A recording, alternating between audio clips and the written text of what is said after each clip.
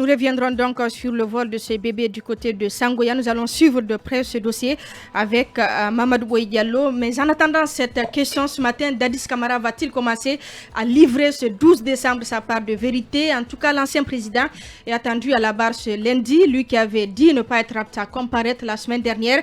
Il avait alors évoqué des raisons de santé sans donner plus de détails, poussant ainsi le président du tribunal à lui accorder quelques jours de plus aux grandes dames de certains avocats de la défense, comme ceux de Toumba Diakité. C'est donc une prise de parole, il faut le dire, Emma, qui est très attendue, qui est attendue avec impatience ce matin, autant par les acteurs du procès que par l'opinion publique.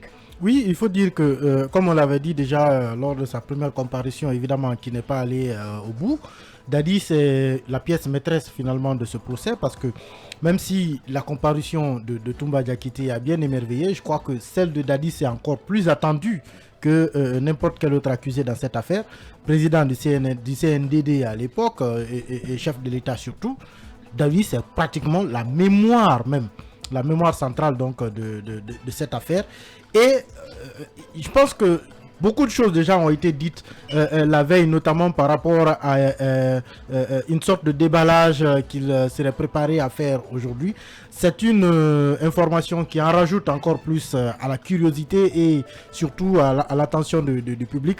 Les Guinéens attendent beaucoup de sa comparution, mais surtout les parties civiles, parce que quand on parle des Guinéens, il y a cette opinion publique dans son ensemble qui, évidemment, suit de près cette affaire pour les révélations que cela peut donner, mais surtout les victimes du 28 septembre qui ont besoin de comprendre, je le dis toujours, comprendre ce qui leur est arrivé, pourquoi ça leur est arrivé et qui l'a fait surtout, qu'est-ce que Dadis en sait, parce que la sortie de la comparution de Toumba Diakité a quand même permis de donner une orientation totalement différente à la perception que l'on avait des affaires du 28 septembre, parce qu'avant sa comparution, quand même, l'essentiel des Guinéens voyait en Toumba la personne, le bourreau en tout cas, qui a fait ce qui a été fait au stade du 28 septembre. Sa version est totalement différente de ce que l'on pensait, mais ça ne veut pas dire encore que sa version aussi est parole d'évangile. On attend d'entendre Dadis Camara qui peut,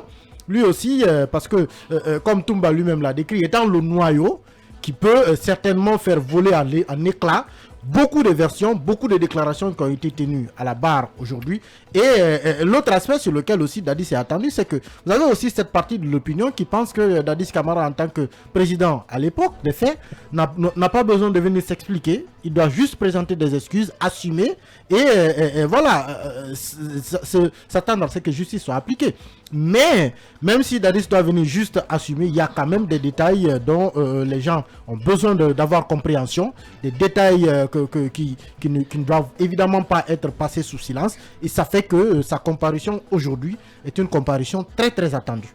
Est-ce que Dadis répondra finalement aux questions ce matin, selon vous, Khalil? Oui, Dadis est tenu de comparaître, Dadis est tenu aussi de s'expliquer.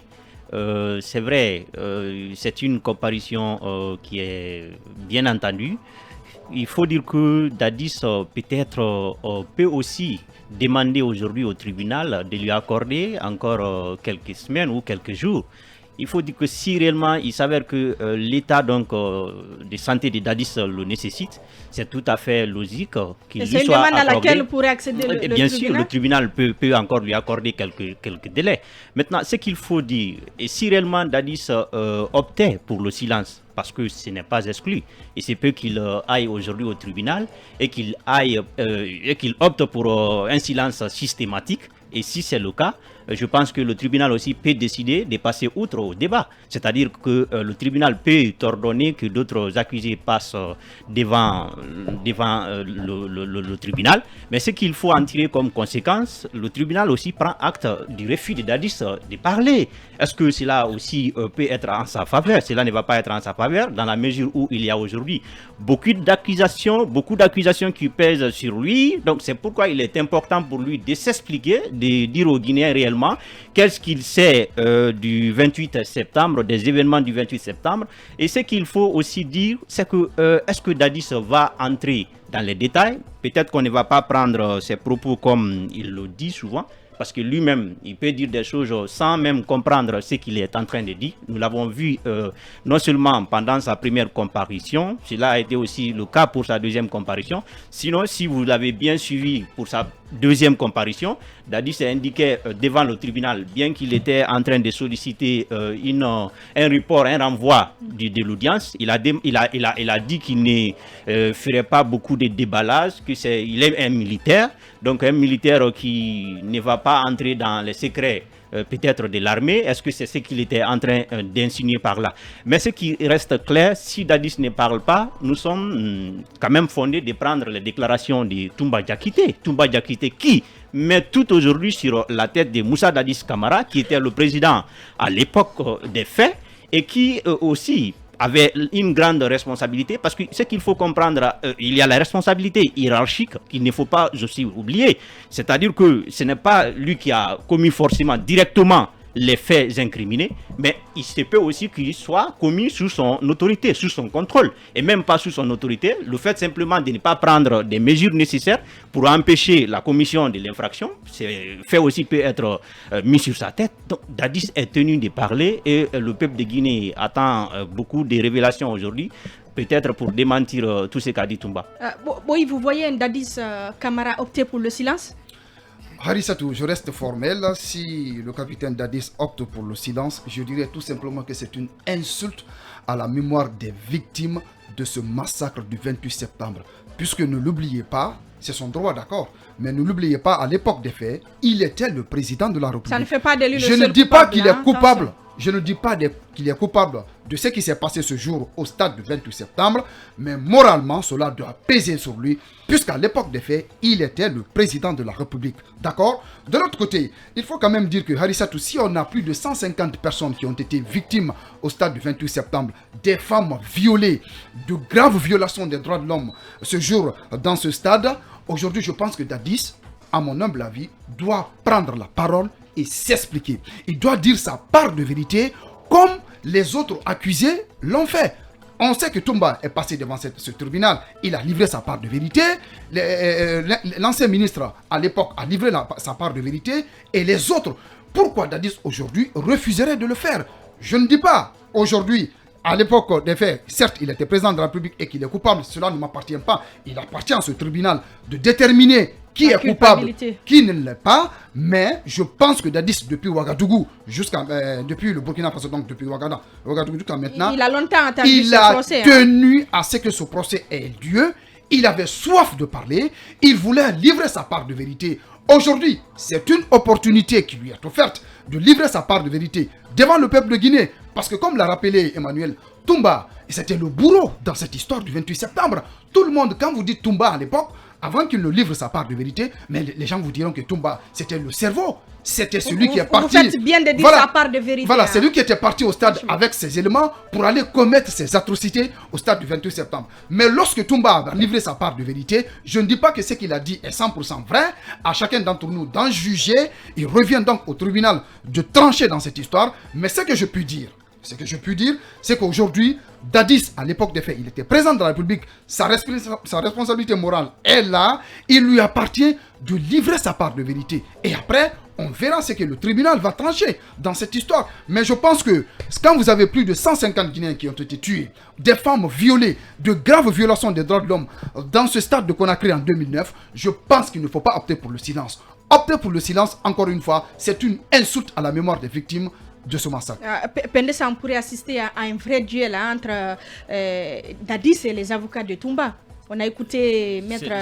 Évidemment, c'est ça, parce que Maître Toumba a déjà dit à un moment que les avocats de Dadis ont trahi le pacte, donc ils verront la maltraitance à laquelle il va soumettre Toumba. C'est comme ça il a dit. Dadis plutôt, pardon. Donc maintenant la question qui se pose, moi à mon avis, Dadis ne va pas opter pour le silence. Parce que quand on se réfère à toutes ces déclarations depuis Ouaga, il avait envie de parler. Il a dit à plusieurs reprises. Lors de sa dernière comparution, il a évoqué un cas de maladie, mais il dit qu'il veut aussi livrer sa part de vérité. Mais il voudrait qu'il soit en forme pour le faire. Peut-être c'est pour bien animer son Dadis Show. Ça sera la suite logique de ce à quoi il nous avait habitués. Deux questions. Moi, que je peux me poser, est-ce qu'il va parler aujourd'hui? Peut-être cette question, elle est valable. Et quelle sera sa ligne de défense? Ce sont ces deux questions que moi je peux poser. Mais pour dire est-ce qu'il va opter pour le silence, à mon avis, c'est non. Maintenant, est-ce qu'il va parler aujourd'hui? Là aussi, ça reste à savoir. Parce que quand on se réfère à l'article du révélateur 224, qui a fait une révélation hier sur ce qu'il aurait fait à Koronti, à la maison centrale, que Dadi s'est emporté, il était choqué du fait qu'on lui a privé de ses visiteurs. Donc il a promis de faire des déballages aujourd'hui, notamment contre des membres du CNRD. Est-ce que cela va se faire? Mais dans le même article, on dit qu'il a dit, tant que ces membres du CNRD ne se présenteront pas à la barre, il ne va pas parler. Donc, est-ce que ce serait une deuxième fois qu'il va faire reporter l'audience? Voilà quelques questions qu'on puisse se poser. C'est pas à lui d'exiger qui doit se présenter à la barre ou pas. Je pense qu'il doit garder la tête sur les épaules. Je relais ce qu'il aurait dit. Des questions qui je lui relais seront ce qu'il aurait dit. Je ne dis pas que forcément c'est ce qui va être fait, mais c'est selon le révélateur de 124, c'est ce qu'il aurait dit. Est-ce que ce serait une nouvelle stratégie pour lui de faire reporter l'audience? Voilà quelques questions qu'on puisse se poser. Est-ce qu'il va encore faire retarder cette comparution, Dadis? Il n'a pas intérêt. Il a été le plus volontaire de tout ceci pour parler. On apprend que c'est lui qui a payé son ticket d'avion de Ouaga pour Conakry. Il n'a pas attendu, donc il était pressé pour livrer sa part de vérité. Monsieur Dadis Camara n'a qu'un seul choix. Parler ou parler. Il n'y a pas autre choix. Alors nous apprenons que depuis vendredi... Il peut bien opter pour le silence. Non, il ne peut pas opter pour le silence parce que... Son droit à l'inconnu. Je te dis, il ne peut pas opter pour le silence. Ça ne va pas le servir. Il ne peut pas opter pour le silence dans la mesure où il a été le premier à réclamer l'organisation de ce procès. Il s'est toujours porté volontaire de parler. Il a toujours quand même montré cette volonté de dire la vérité, rien que la vérité. Donc, obtenir pour le silence veut dire qu'il a pratiquement capitulé. Et je crois que c'est un militaire, ça ne le ressemble pas. Mais des événements de ces derniers temps, à la maison centrale, comme l'a signalé, comment on appelle, Pendessa, révélé par le révélateur, que Dadis ne serait pas du tout content et il promet de faire un grand déballage. Vous savez, depuis le vendredi, selon le site, le dispositif sécuritaire a été renforcé. De sorte que toutes les visites, en tout cas surtout des corps étrangers, auraient été interdites à la maison centrale. Et hier dimanche, selon nos informations, Dadis devait recevoir des gens, mais on lui a opposé un niet catégorique. Et cela lui aurait mis dans tous ses états. Et il paraît que ces cris même ont alerté tout le voisinage. Et la source du révélateur 224 dit que Dadis dit à cause, en tout cas de ces démarches pour lui qui ne sont pas orthodoxes, il va faire un grand déballage, de sorte qu'il va même dénoncer les membres, les responsables de la nouvelle junte, selon ce qu'on a appris. On se demande, aujourd'hui, qu'est-ce qui pourrait être dit? Ce qui est sûr, toute personne qui sera citée devant cette barre, comme on l'a appris pour d'autres militaires arrêtés, sera obligée de comparaître ou bien en tout cas de s'expliquer. Nous, tout ce que nous souhaitons, c'est la vérité de Dadis. Aujourd'hui, Dadis peut demander pardon au peuple de Guinée, mais ce n'est pas l'essentiel. Comme Emma et quelqu'un l'a dit dans ce studio, on a besoin de ce qui s'est passé pour que plus jamais ça, des explications de sorte que nous puissions de fil à aiguille comprendre ce qui s'est passé au stade de Conakry. Donc vivement cette comparution. D'ailleurs, la star du jour, c'est le tribunal aujourd'hui. À 10h, tous les regards seront en tout cas portés de ce côté. Alors, Diaré, c'est dans ce contexte que la cellule de communication de ce procès fait rappel à l'ordre à l'endroit notamment des médias. Oui, dans un communiqué publié le 9 décembre dernier, la cellule de communication du procès des événements du 28 septembre dit avoir remarqué que dans les médias sont diffusés des éléments de sorte à saper les principes directeurs d'un procès pénal. Également dans le même communiqué, la dite cellule rappelle également qu'il y a des acteurs impliqués dans l'organisation du procès des événements du 28 septembre qui se livrent à des joutes oratoires de sorte à saper également ces principes. C'est pourquoi d'ailleurs il rappelle que ces cette façon de faire est contraire à la loi 014 portant composition de la profession d'avocat en République de Guinée. Et par la même occasion, elle demande aux journalistes et aux acteurs impliqués dans l'organisation de ce procès à faire preuve de professionnalisme et de responsabilité pour garantir une image juste et équitable, garantissant également la présomption d'innocence. La même cellule invite tous les citoyens, les journalistes, les avocats, les magistrats, les chroniqueurs, c'est-à-dire les leaders d'opinion, à tenir des propos qui garantissent l'unité nationale, mais particulièrement cette cellule de communication demande aux journalistes de s'abstenir de publier des propos régionalistes, ethniques et communautaristes tout au long de ce procès des événements du 28 septembre, mais elle se dit quand même elle se réjouit justement de la mobilisation de la presse nationale et internationale en termes de visibilité par rapport à ce procès du 28 septembre. Et Emma, cette mise au point, on peut dire qu'elle est importante. C'est quand même Dadis, c'est la comparution de Dadis qui est attendue et ça pourrait susciter des commentaires encore plus virulents que ceux qui ont été enregistrés au cours de la comparution de Toumba. Écoutez, moi par rapport à ce communiqué, il y a encore quelques jours, je m'interrogeais sur la portée. La raison, la portée, le sens de ce communiqué. Parce qu'il y a quand même un certain nombre de choses qu'il faut dire. C'est bien de rappeler à l'ordre. Moi, je suis tout à fait d'accord que quand il y a des dérives, des dérapages, il faut rappeler chacun à ses responsabilités. Mais là, nous sommes quand même dans un contexte où les propos à caractère ethnique et régionaliste qui ont été tenus dans ces procès, qui les a dénoncés, qui les a condamnés, c'était les médias. Vous allez les rappeler à l'ordre pour leur dire quoi? Et qu'est-ce que la cellule de communication veut dire en fait? C'est que ce sont les médias qui fabriquent ces propos. Mais non, quand Toumba vient réciter le Coran, c'est pas les médias qui récitent le Coran. Quand l'autre, son ancien garde de corps CC vient réciter la Bible, c'est pas les médias qui récitent. Deuxième élément, c'est que le procès il est en direct. Il est en direct. Est-ce que vous avez un dispositif pour le censurer avant qu'il n'arrive au sein de l'opinion? Vous n'avez pas ces dispositifs. Ça existe, oui. Par exemple, il y a des propos qui peuvent être tenus à la barre de la CPI que vous ne pouvez pas voir dans les médias, même si c'est diffusé. Donc, le procès, il est en direct. Ces propos partent directement dans les oreilles des auditeurs. Et ces auditeurs les reprennent comme ils veulent, généralement sur les réseaux sociaux. Mais quand il y a ces dérives, heureusement justement qu'il y a les médias pour dire il ne faut pas suivre ces chemins, il ne faut pas accepter cela. Mais je ne vois pas pourquoi on rappellerait à l'ordre les médias dans cette affaire. Les médias n'ont pas fabriqué ces propos. Au contraire, les réseaux sociaux les véhiculent et les médias servent à recadrer. Personnellement, je n'ai pas compris le sens de ce procès, de ce communiqué.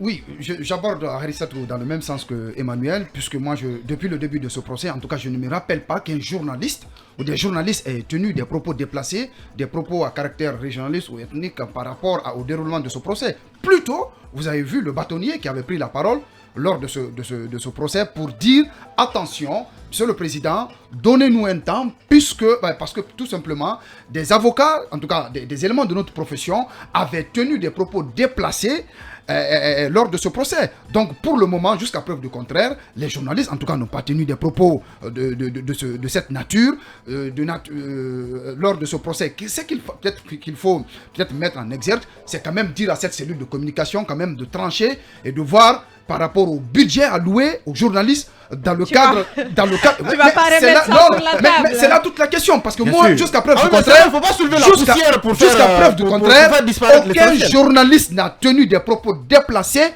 dans le cadre. C'est pas ce que dit le communiqué, attention.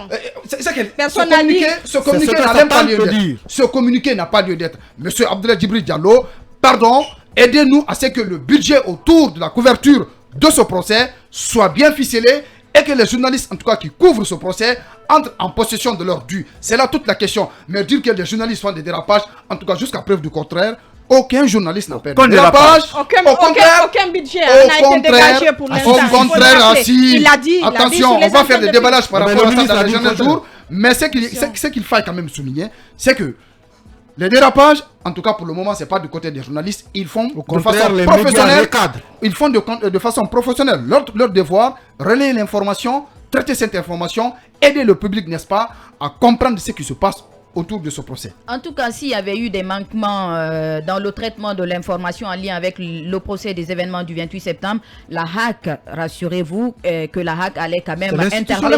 C'est l'institution qui est habilitée à interpeller les journalistes en cas de force majeure, mais pas une cellule de communication. Nous avons vu d'ailleurs la HAC et le ministère de tutelle, le ministère de l'information et de la communication, se féliciter de la manière par laquelle les médias traitent cette question liée au procès. Nous savons quand même que c'est un procès crucial et les journalistes, jusqu'à preuve du contraire, sont pour le moment très minutieux dans le traitement et les journalistes sont très responsables dans le traitement de l'information.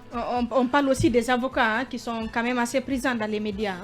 Oui, mais est-ce que c'est interdit?